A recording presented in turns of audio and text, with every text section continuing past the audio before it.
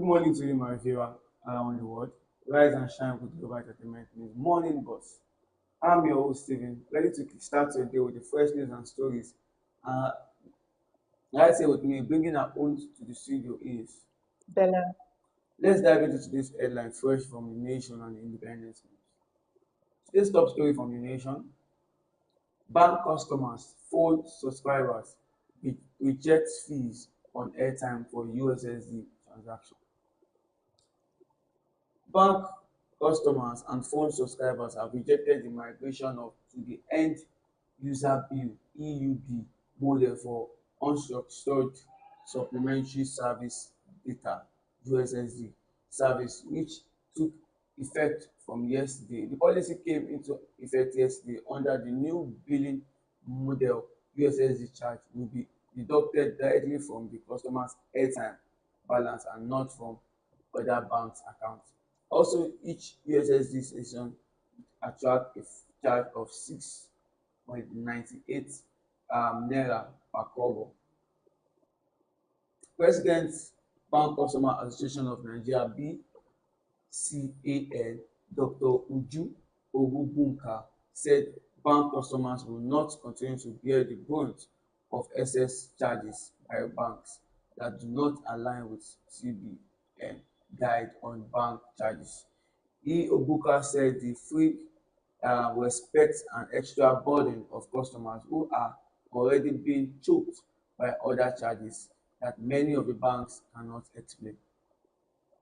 Um, Well, I'll say that this is a wrong in every shade, trying to move from a bank deduction for USSD to airtime deduction whenever they wanted to check their account balances. They still don't want to accept the fact that these charges should not be implied in whenever it comes to people that check their account balance through the USSD or whatsoever they needed to do with their phone through the USSD. This thing should totally be cancelled. There is already enough of charges that bank does when it comes to maintenance of the account number, the maintenance of the ATM card, the email deduction, and all that. But let the USSD be cancelled, not by telling them that okay, we wanted to move to back deduction to the airtime deduction, that there's not going to be anything from your bank again. No, let it be cancelled. There's enough of deduction that is going on every month. Someone is being charged of 100,000 for ATM card maintenance. You can imagine. Well, I think this is actually, to me, we definitely know what the government has actually seen in this, but reducting these charges from airtime, to me, I see that as a wrong move because just imagine someone that does not have airtime and you have an emergency to actually use the USSD code to make transaction, knowing fully well that you have enough, you might eventually have enough in your account and you want to use USSD to make a particular kind of transaction and you don't have airtime. Is that same USSD you're going to use in getting airtime to your phone? Just imagine you don't have airtime. Then now you need to start borrowing airtime. It's very very hard. You need to get airtime first before you make transaction. When it comes to emergency, this is going to really affect us. I tell you. All right, moving on to our next story from the nation this morning. How Tinubu is eradicating discussed unemployment with transparent recruitment.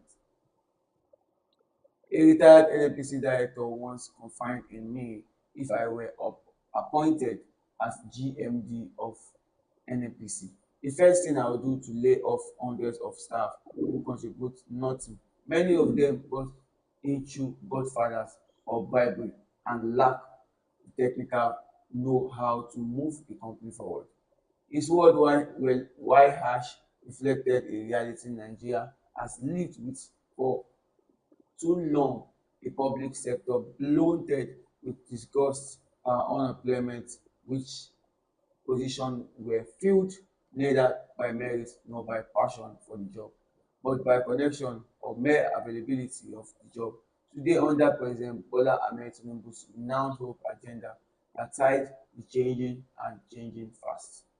The Federal Inland Revenue Service (FIRS), under the leadership of Dr. Zak Adedeji, executed a transparent nationwide recruitment in 2024, over 8,000 candidates were shortlisted from all corners of the country, culminating in the inauguration of 120 newly employed staff in 2025.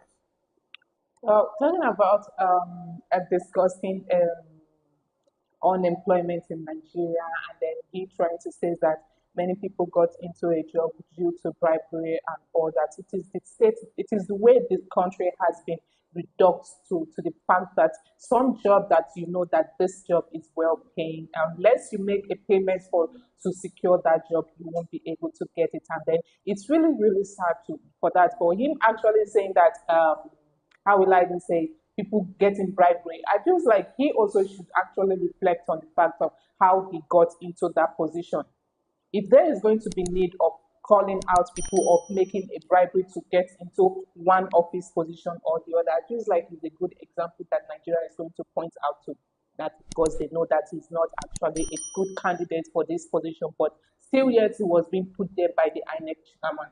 And it's very, very disgusting for us to have that kind of a leader.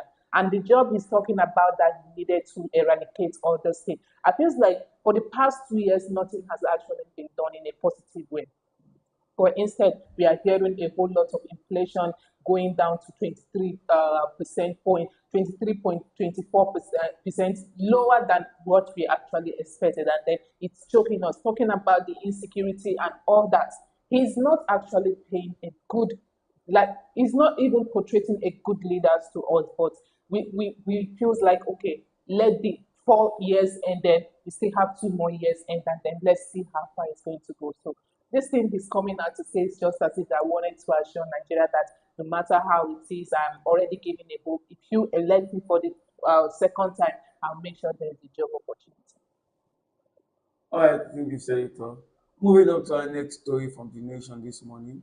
We caught IPOB members eating human flesh, says DSS. The Federal High Court in Abuja yesterday had that member of the indigenous people of Biafra, IPOB, and its armed wing, the East Security Network, ESN, were once caught eating human flesh. An official of the Department of State Service (DSS) said the group activities led to the killing of over 170 security agencies in the southeast. He said during one of the SS agents' raid of ESN hideout that met them engaging in cannibalism. We saw some ESN members, about 7, with human heads and some eating human flesh, which they said was for spiritual fortification. The witness said the DSS official was led in evidence by prosecuting lawyer Ade Goiga Awomolo, SEN, in the terrorism trial of IPOB leaders Mazi Nnamdi Kanu. It's a sad one. It's a sad one, I must say, for those that actually wanted to have their own states to themselves, their own country to themselves, to be caught in an act of cannibalism. It's really a sad one. Whatever it's going to be the reason, it says that it's for, what will I call it, for purification. Is that what they call it just now? And then I feel like it's not supposed to lead into the fact of eating a fellow human being as a purification of what power purification and whatever. A lot of that has been occurring in Nigeria when it comes to ritualists and all that. But to them, they are not going to see it as the fact that they are being into ritualists, but they are going to say that they are trying to purify themselves into whatever reason I don't understand. It's getting to a point that you have to, the government just have to give those people the chance to go onto their own state and then create their own countries for themselves without involving to Nigeria. Yeah, actually, it will be a very, very tough one to actually give this proclamation down for the IPOB. But seeing having this issue of cannibalism it's something that we need to take serious. The investigation might just look petty, but I tell you, it's something we really need to take very, very serious. All right, moving on to our next story from the nation. Pensioners protect unpaid increment allowance. Dozens of aggrieved pensioners yesterday staged a protest at the Lagos office, the Pension Transitional Arrangement Directorate (PTAN). over the non-implementation of the 32,000 naira pension increment approved by the federal government since July 2024, and the alleged mismanagement of palliative funds meant for senior citizens that were described as continued neglect and injustice. NUP NIPOS Lagos chapter chairman Mukaila Odumote said the federal government approved the 32,000 naira increment in pension due to the hardship caused by subsidy removal. Yet almost a year later, we have not seen a kobo. Many of our members are dying daily. They cannot afford basic medication. Some are old have owed up to 108 months of pension arrears. According to him, the federal government had also promised 25,000 palliative fund for pensioners and other vulnerable groups since October 2023, while civil servants received their pensions were alleged excluded. You can imagine the situation that those that have already retired from the government work are still passing through up till now. I'm going to tell you that it's not only in Lagos that this thing is happening, it's all over the Nigeria. It's all over Nigeria that you need to witness some people that have already retired for 10 years now and they are not received a kobo. Instead, if they are going to be paying them, they'll be paying them peanuts, pay them peanuts, and then it's not even enough just to shut them up. This is actually a good one, but I feel like, how are you all comfortable when it comes to the senator's salary is not being delayed, when it comes to governor's salary is not being delayed, when it comes to president's salary and the vice president's salary is not being delayed, then why are those people left stranded? They can't even afford medical attention and all that. You didn't even give them medical allowance, like, okay, they can go to the hospital and make a checkup for free. The payment is on the state and it's going to be paid. Nothing like that. Why is it supposed to be like that? We have a country where all these things are not taken, are really neglected. Just imagine if a sitting governor of today leaves the office and becomes a former governor. I tell you, pensions of that governor keeps coming in, the gratuities keeps coming in. But why is it that civil servants that have worked for years, they have seen so many administration come and leave, are the ones now suffering all this? It is actually very, very sad, I tell you. All right, moving away from the nation this morning to independence news. Our top story from independence news this morning: over 85 million Nigerians lack access to electricity. The Association of Nigeria Electricity Distribution has said that over 85 million Nigerians lack access to good electricity. The Executive Director of Research and Advocacy for ANED, Sunday Aduton, who disclosed this in a document presentation during a recent retreat organized by the Senate Committee on Power recently in Akwa Ibom, emphasized that Nigeria cannot attain industrial growth without fixing the power sector. Without resolving the issues of power, Nigeria will remain underdeveloped with no major industrial or agricultural development. Many artisans will remain Okada riders without stable electricity. You are, you are a leader at the highest level must articulate and implement clear cuts. In my honest opinion, I feel like this is not just a news for today. This has been going on. Even if the record is showing down that almost 80 something of Nigerian is without electricity, I say that is even more than that. It's even more than that because when we are looking at some other things that actually make a country a lively one, a good one, like you come first with electricity, followed by a good road, followed by security and all that. But Nigeria lacked from the beginning to the end of it all. We don't have a good electricity, we don't have a good road, we don't have a good security. We are even now falling on when it comes to inflation. The infrastructure is not well properly arranged to even benefit the common man. The leaders are not even caring at all because the moment they load the money, their children is able to live the life, their generation is able to live the life that they always wanted when they are small. But I already told so many people that the best way this country can actually move forward is starting from electricity. Let's not look at corruption and everything. If there is steady electricity everywhere, we can actually abate corruption, we can abate insecurity, we can improve the nation. Just imagine so many people that their business are based on electricity. I tell you, they'll start seeing improvement in their business. Imagine security when there's light everywhere, to reduce insecurity and everything. And when it comes to um, um, leadership and everything, you see that things start going well, even in the health sector, in schools and everything. It's when there is lights, camera works. It's when there's lights, things are being abated. I tell you, if all these things, if electricity is actually taken serious in this country, I tell you, so many things are gonna come back to life and make everything serious back. All right, moving up to our next story today from Independence News. Arrest killers of Benue people.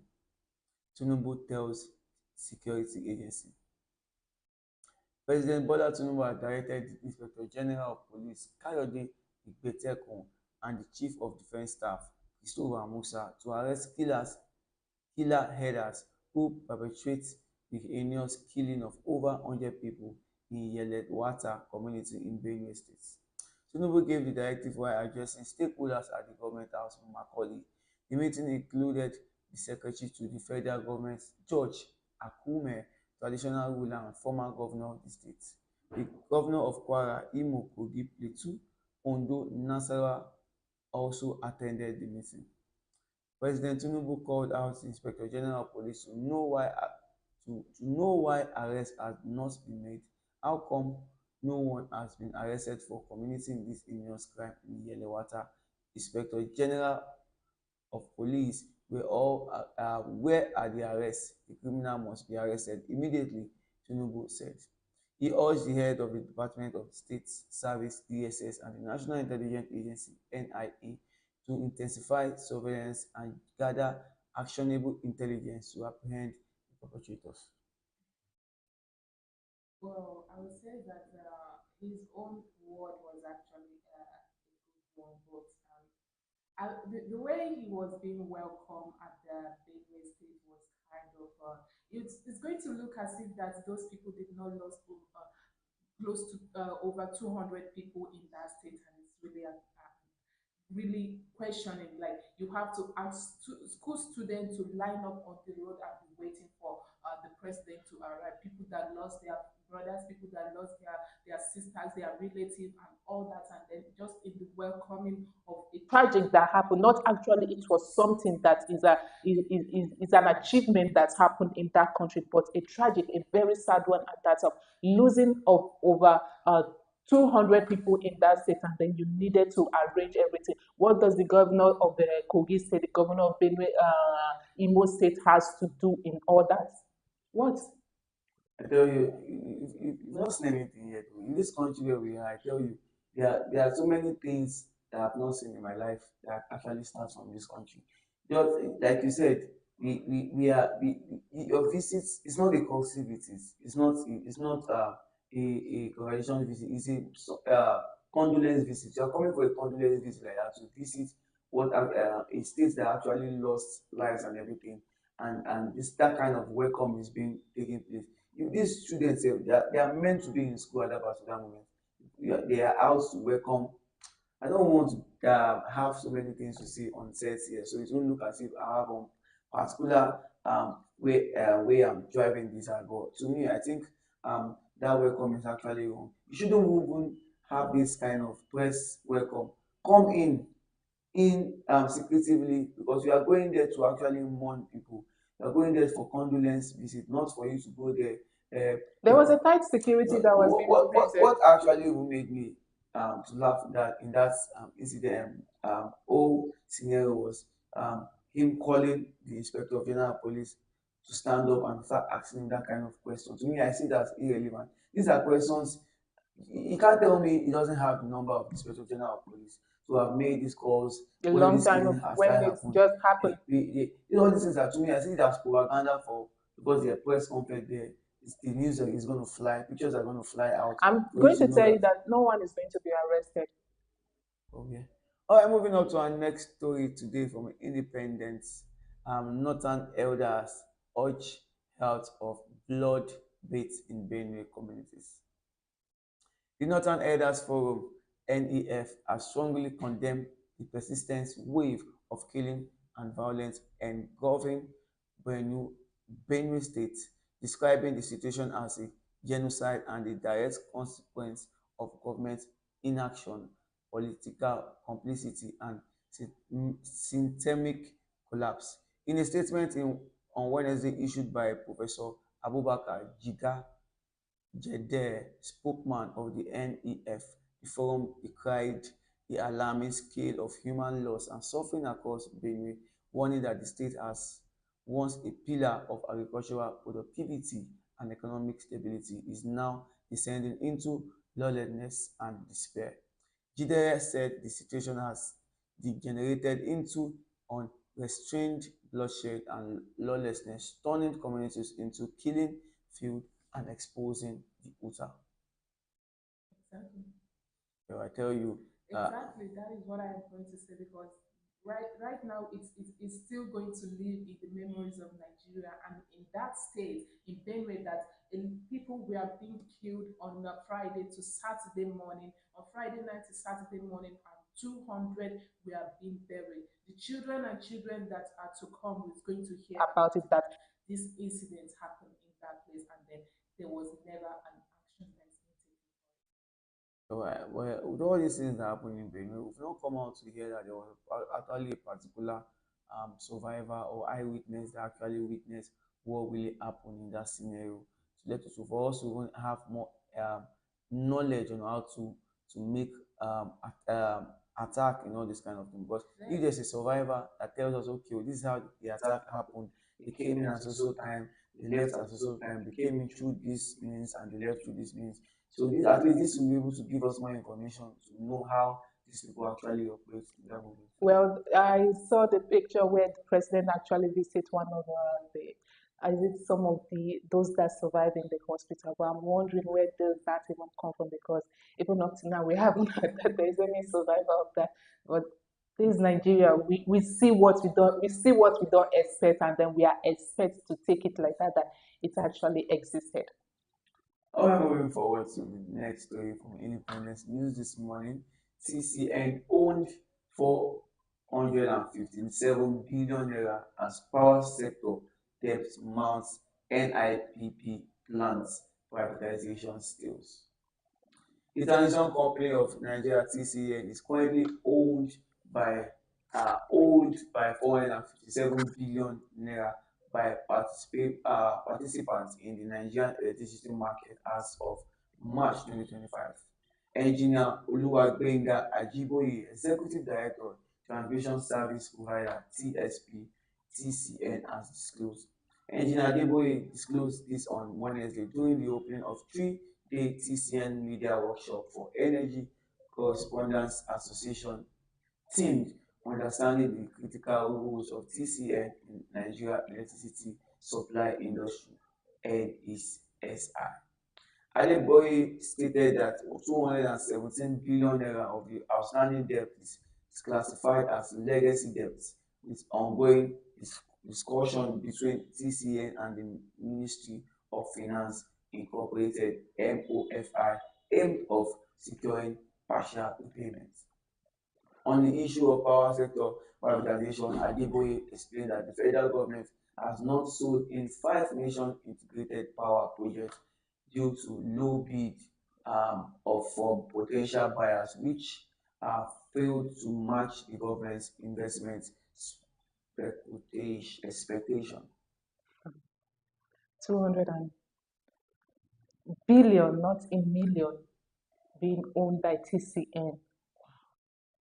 But I tell you, this case is actually something we really need to focus on when it comes to electricity transmission. I tell you that like I said earlier in the other news, that if we focus more on energy in this country, let us try to divert our issue away from petroleum, divert from so many things. I tell you, if we focus more on energy, there is money in energy. We see other country, other nations that sustain on only on energy.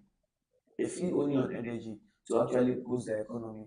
There are so many things we can actually focus on in this country that can give us what we want exactly. I tell you, without partially looking at a particular place to know what's actually happening in a particular place. I tell you, moving energy to a particular place it wants to be in this country, it needs to be in a particular place. I tell you, we'll be seeing issues of TCN will not be coming out and saying this is actually done. If to me, I see this to be privatized. Once it's privatized, I tell you, so many of these anything that is being led by Nigerian government, being led by a public affair, I tell you, it's not being managed. The main aim of going into all these public sectors are to go there, steal what you can steal from there, eat what you can eat from there. But if I tell you all these things are being privatized, so many of these issues will not be having them. 217 billion outstanding debt, I tell you. It's a lot of We money. are not even talking about the debt the country is actually owing. Just imagine the debt the energy sector alone is owing. It's enough. Is a lot. Is a lot. When you now look at the Asoro Villa, the CBN, their own debt, and all that accumulating together, it's going to be amounting to the amount the Nigeria is owing the foreign countries as well. It's already amounting to that. All right, thank you guys for staying tuned. We've come to the end of today's breakfast show. I've been your host, Steven. I hope you enjoyed today's program. Be sure to like, share, and subscribe on all our social media platforms for more news and updates. Till next time, see you. Bye. God bless you.